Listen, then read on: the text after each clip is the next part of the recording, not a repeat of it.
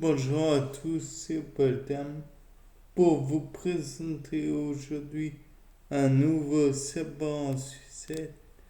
Donc aujourd'hui je voudrais mettre les chaînes d'hémoglobine dans des entre guillemets des sécules.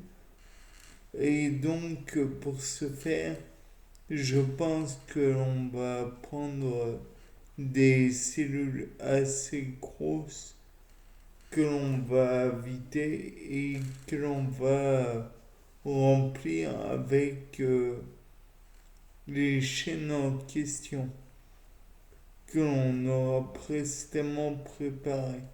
Maintenant, de là à dire que toutes les chaînes sont du même type, je ne suis pas sûr. De plus, il faudrait aussi les replier. Parce que une chaîne polypeptidique qui n'a pas de conformation spatiale, comme vous le savez, n'est pas fonctionnelle.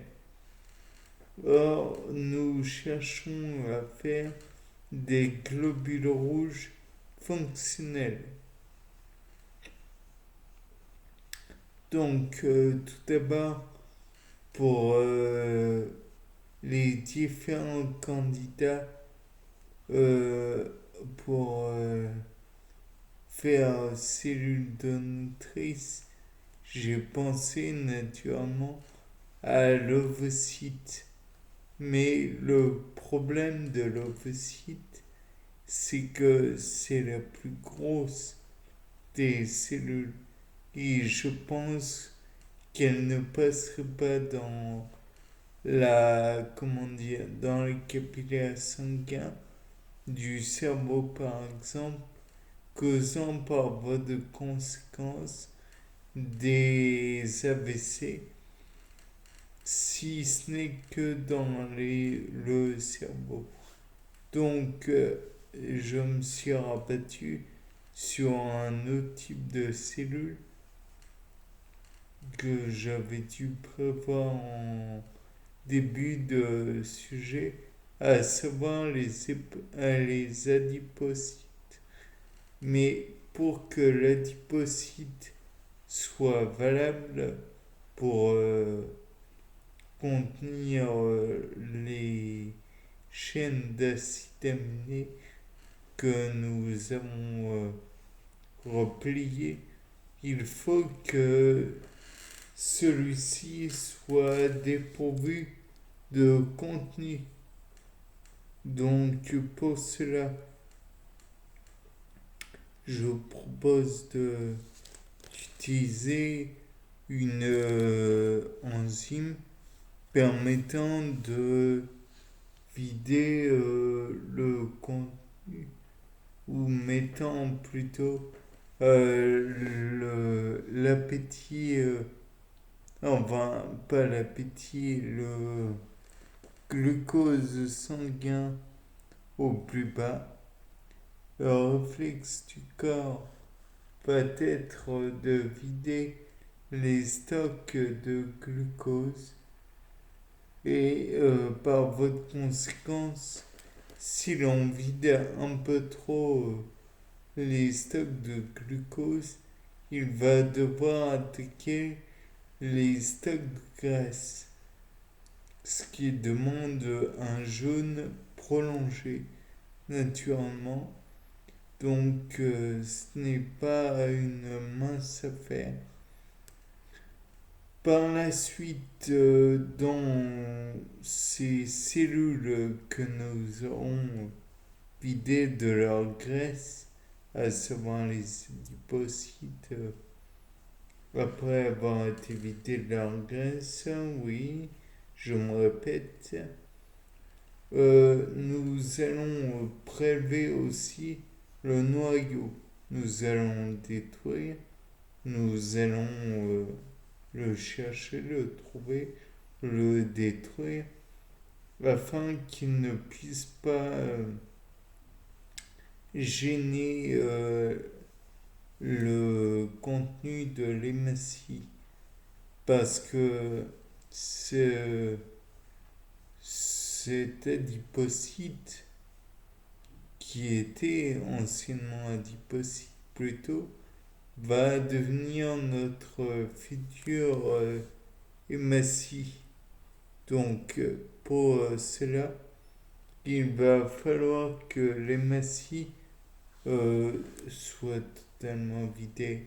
On l'a fait de ses graisses, on a vidé les graisses, maintenant on détruit le noyau afin qu'il ne puisse plus y avoir de retour à la normale.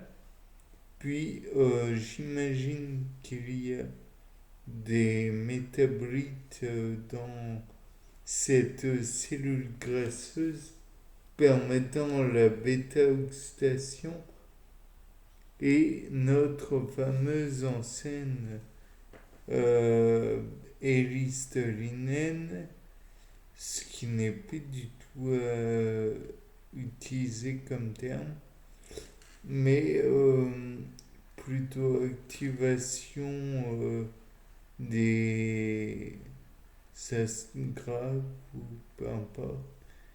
Toujours est-il que maintenant, on va faire en sorte de retirer tous les organites, de les détruire si besoin, ce qui va faire perdre probablement du volume à au sac que l'on a prévu et on va y mettre donc par micro-injection ou par je crois que c'est l'hydroxyde de calcium qui est employé pour faire des trous dans les cellules ou encore il y a des façons de déstabiliser la membrane via des ultrasons. Donc peut-être que ceux-ci pourront être employés. Toujours est-il qu'on y met les globules, les chaînes d'hémoglobine que l'on aura, comment dire, repliées pour qu'elles donnent finalement une chaîne utilisable. On en mettra 4 si je me rappelle bien. Et en supposant que ces hémoglobines puissent être utilisées telles quelles, on ne les injectera pas directement à un être humain. Je voudrais tout d'abord essayer sur un rat de laboratoire et éventuellement passer sur un cochon pour voir si éventuellement ceci pourrait être employé pour un être humain. Il serait bon que cela soit le cas, naturellement, puisque, comme vous savez, l'organisme du cochon est proche de celui de l'être humain dans bon nombre de cas. Je vais vous dire tout de suite de quel cochon je parle par sa dénomination taxinomique naturellement, car il est bon de l'appeler correctement. Donc, alors, pour cela, on utilise un cochon nommé Sus domesticus. Finalement, Sus domesticus. Bien, sur ce, je vous laisse. Au revoir.